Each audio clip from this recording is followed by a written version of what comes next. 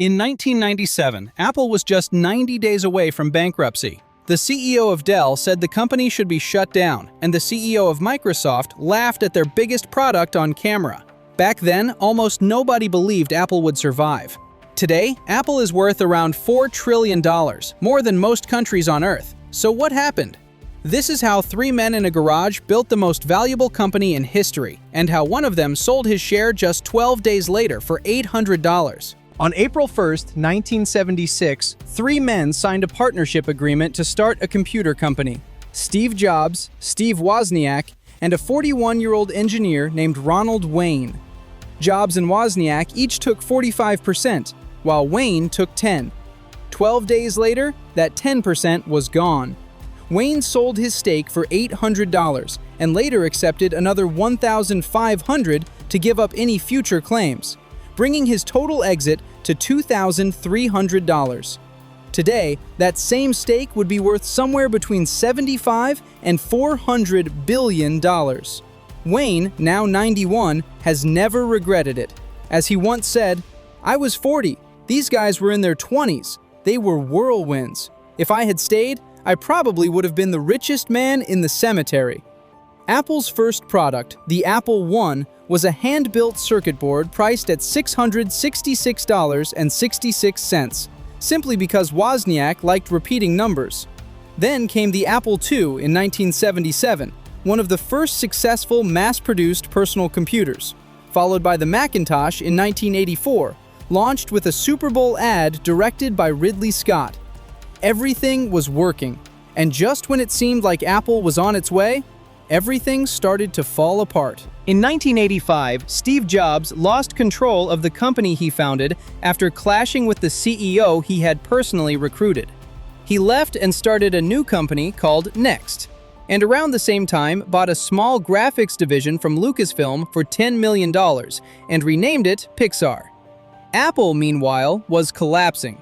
After Windows 95 launched, the company entered what biographer Walter Isaacson called a death spiral. Sales dropped 30% in the final quarter of 1996, and by 1997, Apple had lost over $1 billion in a single year.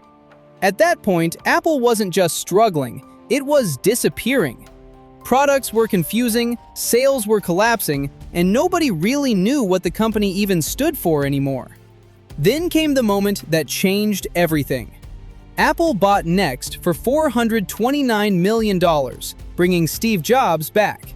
By September 1997, he was interim CEO, and according to Jobs himself, Apple was just 90 days from running out of money. That same year, Michael Dell was asked what he would do with Apple. His answer? "I'd shut it down and give the money back to the shareholders." Jobs had a very different plan. The first thing Jobs did was cut everything. Apple's entire product line was reduced to just 4 products. As he later said, deciding what not to do is as important as deciding what to do. Then something unexpected happened. In 1997, on stage at Macworld, Steve Jobs announced that Microsoft was investing $150 million into Apple. The crowd actually booed as Bill Gates appeared on a giant screen behind him. At that moment, Apple was worth just $3 billion, while Microsoft sat at $148 billion. Then came the shift. Think different. The iMac launched in 1998, bold, colorful, and unlike anything else, designed by a then unknown designer named Johnny Ive. Just 1 year after Jobs returned, Apple was profitable again. Momentum was slowly coming back. Then, in 2001, the iPod arrived with the pitch, 1,000 songs in your pocket. And by 2007, Apple had sold over 100 million units. But the real revolution was still hidden behind closed doors. Around 2004, deep inside Apple, a secret project began. The codename was Purple. Only a handful of people knew what it was. Entire buildings were locked down, prototypes were hidden under black cloths, and engineers visiting partners used fake company names. People inside Apple were working insane hours, some even sleeping in the office. Entire teams were isolated from the rest of the company, and even internally, most employees had no idea what was being built. According to Wired, fewer than 30 people ever saw the full device before launch. Then came January 9, 2007. Steve Jobs walked on stage and said, "Every once in a while, a revolutionary product comes along." He described 3 products: a widescreen iPod, a mobile phone, and an internet communicator. Then he repeated it again and again before saying, "These are not 3 separate devices. This is one device. We are calling it iPhone." And then the line that changed everything. Today, Apple is going to reinvent the phone. The competition laughed. Shortly after, Microsoft CEO Steve Ballmer responded. Laughing, he said, $500? That's the most expensive phone in the world. There's no chance it gets any significant market share. At the time, physical keyboards were considered essential, and most experts believed touchscreen phones would never truly replace them. He was wrong.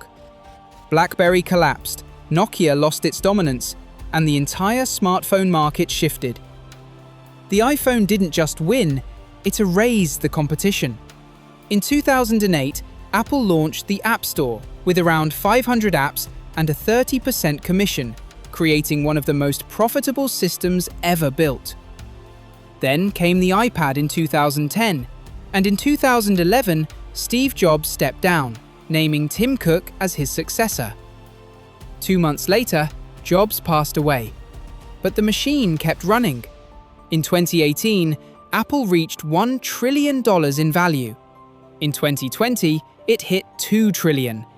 In 2023, it crossed $3 trillion. Today, it sits near $4 trillion. Here's what most people don't realize. It's not just the iPhone, it's everything around it. Apple now has 2.5 billion active devices worldwide. In 2025, the company generated $416 billion in revenue and $112 billion in profit. The iPhone alone brought in $209 billion, while services delivered another $109 billion. And here's the difference. Hardware margins sit around 37%, while services reach roughly 74%. That gap is the real business. Apple sells you a phone, then builds an ecosystem you can't leave. And once you're inside that ecosystem, your photos, apps, subscriptions, and even your habits become connected. The result is over 1 billion paid subscriptions, and a system that keeps generating revenue long after the original purchase. From a garage in 1976 to the most valuable company on Earth, a founder who got fired, a company 90 days from bankruptcy, a handshake with Microsoft, a secret project that changed everything, and an ecosystem designed to keep you inside. And once you're in that system, you don't really leave. And that's exactly how Apple became the most valuable company on Earth. If you found this video interesting, make sure to subscribe for more content like this. It really helps the channel grow. Thanks for watching, and I'll see you in the next one.